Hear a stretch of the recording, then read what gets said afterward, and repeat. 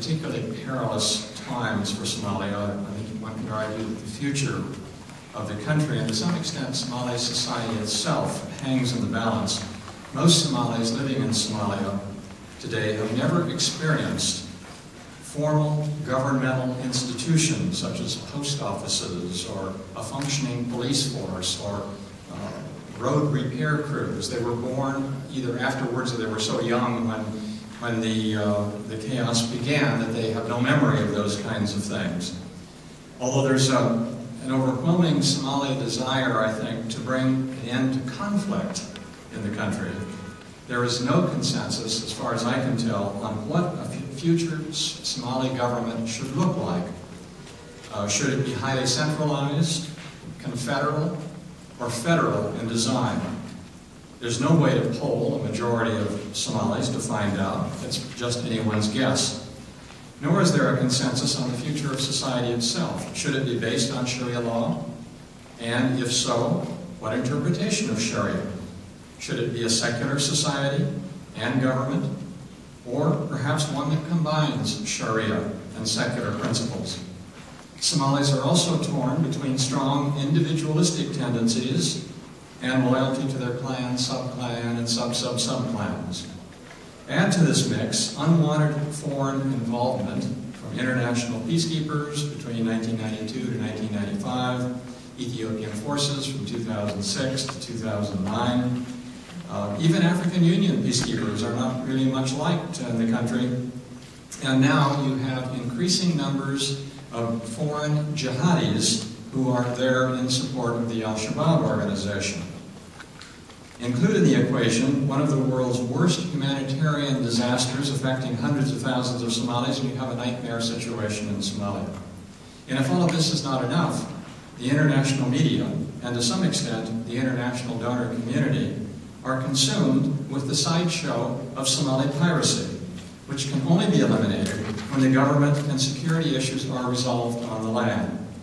This is not the time to dwell on the past. Somalis must break loose from the quagmire of past political failures and make those compromises necessary to permit the development of a broad-based and widely accepted government. The challenge is daunting, perhaps it's unattainable in the present environment, but the only option is to continue to try. For all of its weaknesses and faults, the TFG remains the only recognized government in Somalia. It has been accepted by the international community, including the United States. There are organizations that are trying to topple the TFG. These include Al-Shabaab and another organization called Hizbul Islam. Neither of these groups has proposed an agenda that the government of the United States finds acceptable. Al-Shabaab, by its own admission, has some contact with Al-Qaeda and has welcomed into its ranks an undetermined number of foreign jihadis. I've heard estimates of foreign jihadis in Al-Shabaab ranging anywhere from 300 to 2,000. I have no way to confirm the veracity of any of these numbers. Al-Shabaab calls for the expulsion of all foreigners from Somalia, except, of course, those foreigners who are fighting for it. Al-Shabaab is not highly centralized. It seems to have different factions and perhaps different ultimate goals. Some of the Somalis who joined Al-Shabaab may not be committed to the organization's ideology, but they have been attracted by a combination of adventure and payment for services. Nevertheless, Al-Shabaab is well-financed and seems to be fairly well-disciplined. As a result, it continues to constitute a serious threat to the TFG. Hizbul Islam also has a number of factions, with Sheikh Hassan Dahir playing a key role in the organization. Loosely allied with Al-Shabaab in efforts to topple the TFG, it is less clear to what extent its agenda mirrors that of Al-Shabaab. Nor is it clear to me whether it maintains contact with Al-Qaeda or draws support from foreign jihadis. Sheikh Hassan denies any link with Al-Qaeda. What is clear, however, is that both Al-Shabaab and Hizbul Islam want to seize power in any manner that they can. Both organizations are highly critical of the African Union forces in Mogadishu. This is not surprising because the AU forces help to protect the TFG and to maintain control of the port and the airport.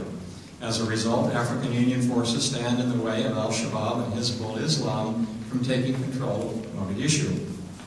While there is significant Somali opposition to the jihadist element, this does not translate necessarily into support for the TFG. I believe most Somalis still live by a moderate interpretation of Islam, and Sufi beliefs remain strong in many quarters.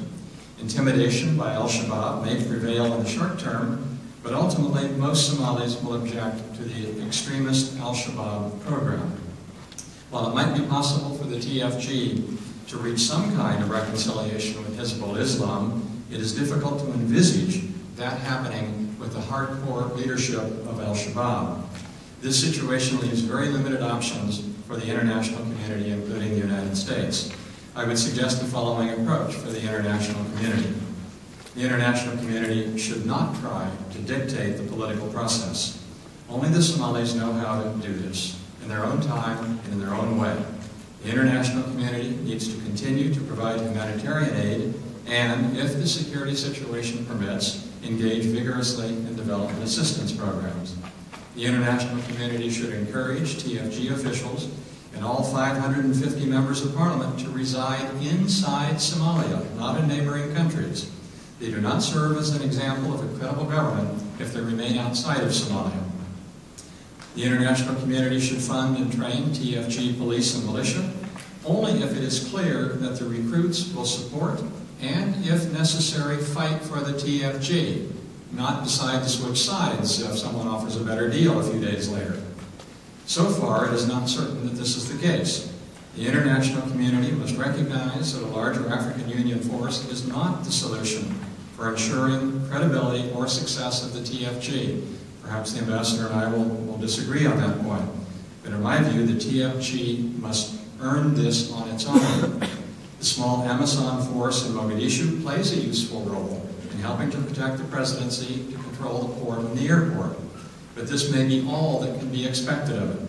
The international community should emphasize to the TFG that it is a transitional government and should be prepared to step down when its mandate is over.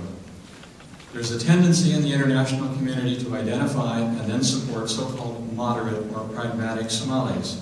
While this approach has some merit, it can also be dangerous, as most outsiders, me included, are not very good at correctly identifying moderate Somalis.